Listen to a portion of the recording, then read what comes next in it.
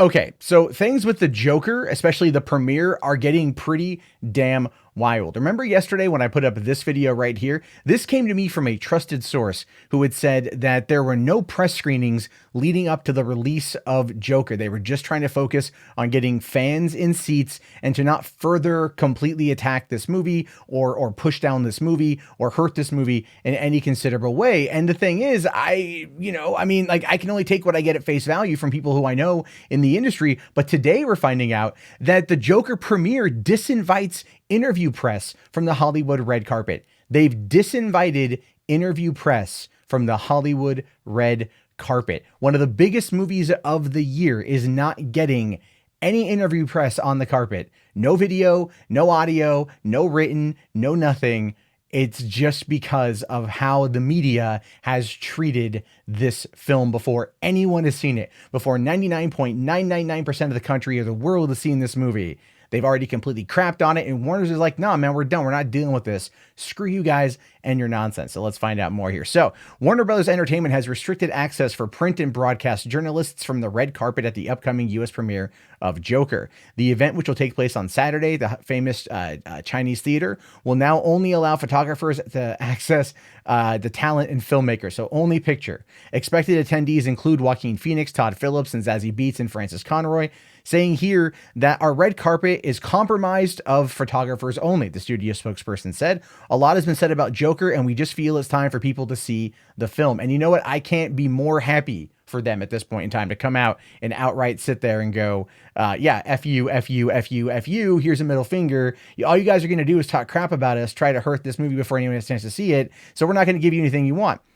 So the move to restrict access to interviews comes a week after headlines about the violent, provocative nature of the film and measures to inform and protect American moviegoers as they prepare to screen it. I'm not kidding you. A former police chief out of Nevada is tweeting to anyone that will listen to him to avoid movie theaters this weekend. And if you do go armed. He is telling a cop, a retired cop who also is a QAnon supporter too, so total Trump-tard, is telling people, no, go to the theater or don't go, but if you go armed, because of the hype of the Joker derangement syndrome that has now taken over everything to do with this movie. Mid-sized theater chain Landmark is prohibiting costume play on Phoenix's turn as the iconic Batman villain. Although, to be fair, Joker costumes were kind of outlawed for a while anyway.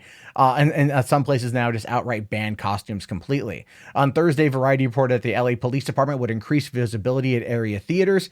The department said it has not received any specific threats about the movie, but encouraged moviegoers to be vigilant. So not only have the access media here, the cowards, I called them that yesterday because they absolutely are. The cowards have gone out now and gotten the police to now step up their presence around movie theaters, for further putting a damper on the escapism that is going to the theater, the fun of sitting in a dark room and enjoying a movie for 2 hours, to put aside your life for 2 hours, has now been tainted more so by the media that are losing out overall because they can't get the views or the clicks anymore without causing some kind of faux outrage. And this is what they're doing. So saying here, the LA Police Department is aware of public concerns and the historical significance associated. What historical significance? Anyway, associated with the premiere of Joker, said department spokesperson Josh Rubenstein. While there are no credible threats in the LA area, the department will maintain a high level of visibility around theaters when it opens. Concerns about the movie and its portrayal of the titular character's violent tendencies as a result of ostracization, if I could talk, have sprung up since the movie's debut at the Venice Film Festival. Yeah. Thanks, Peter Sciretta. Thank you for that, by the way, going out there and running your mouth and creating fear. You're not helping anyone. You're only hurting. With some expressing worry that the thriller paints a central mass murderer too sympathetically, which is, I've talked to people who have seen it. I've asked them that question. They've told me no. People who have seen it, who actually have the knowledge and understanding and the info, can confirm that it doesn't do that. The families of the 2012 Aurora shooting signed a letter to Warner Brothers, despite refraining for calling for Joker to be pulled from release, did say the movie's sympathetic origin story gave us pause. In which case, I just feel, because this will draw in more people who don't quite know this, James Holmes, while dressed cosplaying potentially as the Joker during the shooting in 2012, has not confirmed that to anyone. The police, there was the rumor that he kept saying he was the Joker. The chief of police in Aurora, Colorado has said there is no basis to that information.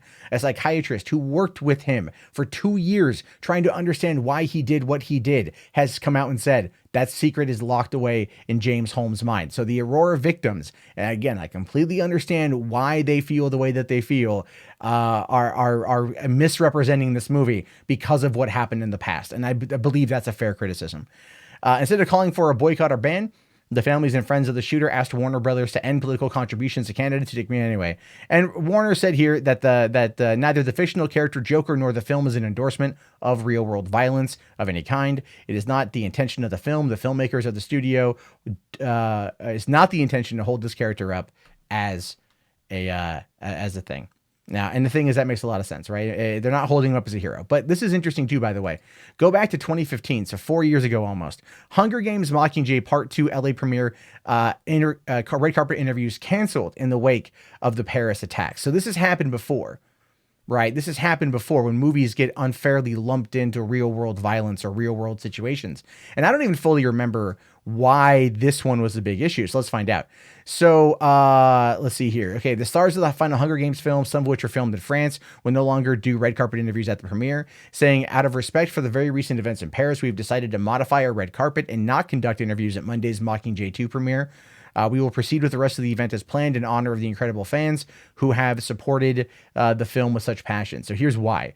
After a series of terror attacks in Paris killed at least 129 people, a number of music and film events have been canceled, including all press events and the Sunday premiere of Spielberg's Bridge of Spies, the Monday premiere of Natalie Portman's Jane's Got a Gun, and also U2 canceled the Paris concerts.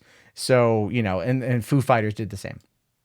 So what we're seeing here is a situation where, once again, real world events are impacting art.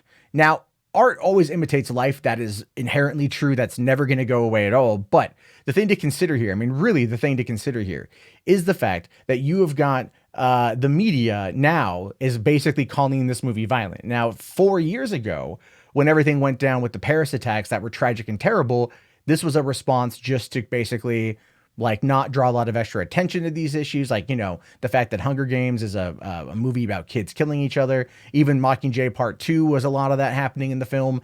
So there was, I understand it. I don't agree with it, but I understand it. This is not that entirely. This is in fact a huge FU to the studios, or to the studios, from the studios to the press. And I think it's more of a reminder of like, you need us. Make no mistake here. Now, you can take that however you want. It's entirely open for interpretation. The way that I personally view it is that they have gone too far. They have vilified a movie without letting people have the chance to see it themselves. They're worried about potential attacks. That's gone as far as to get former police chiefs to you know, tell more patriots to be armed going to the theater this weekend. You never know what's going to happen. You've got the U.S. military issuing warnings based upon, from the U.S. military, no credible threats, but just chatter that they caught on the dark web that was passed on by the FBI, and a lot of hyperbole, what I call Joker derangement syndrome. The movie is almost coming out, and I'm really looking forward to it coming out, because then I can finally see it myself, and then I can finally talk to you guys about the politics of the film and dive into it, whether or not it does hold him up as an incel hero, or it showcases what could be a potential downfall from someone who feels they were pushed too far. I mean, imagine if the movie Falling Down was released, you know, nowadays compared to the mid 90s. I mean, that was a very similar story too. An average guy pushed too far, decided to do what he wanted, right? We've seen these kind of stories before, but no one freaked out in 94 when Falling Down came out. Wasn't it up for awards? It was hailed and heralded as a great film with a poignant social message about not pushing people too far. But here it is 25 years later, and the media is all like, oh my God, a movie where violence is in it, but this isn't My Little Pony. I can't support this. Now, some have argued that there's like this, like that Disney is behind all of this as a way to further sabotage the DCEU. I should maybe do more of a deep dive into that one and have that conversation in another video. But man, What a mess. What an absolute mess. Anyway, your guys' thoughts, your guys' opinions on this one. I want to hear them. Let me know down in the comments below. I will talk to you guys later. Have yourself a great day. And if you're planning on seeing the movie, tell me. That's the thing. And if you made it this far, type Joker into the chat so I know. Have a great day, guys, and peace out.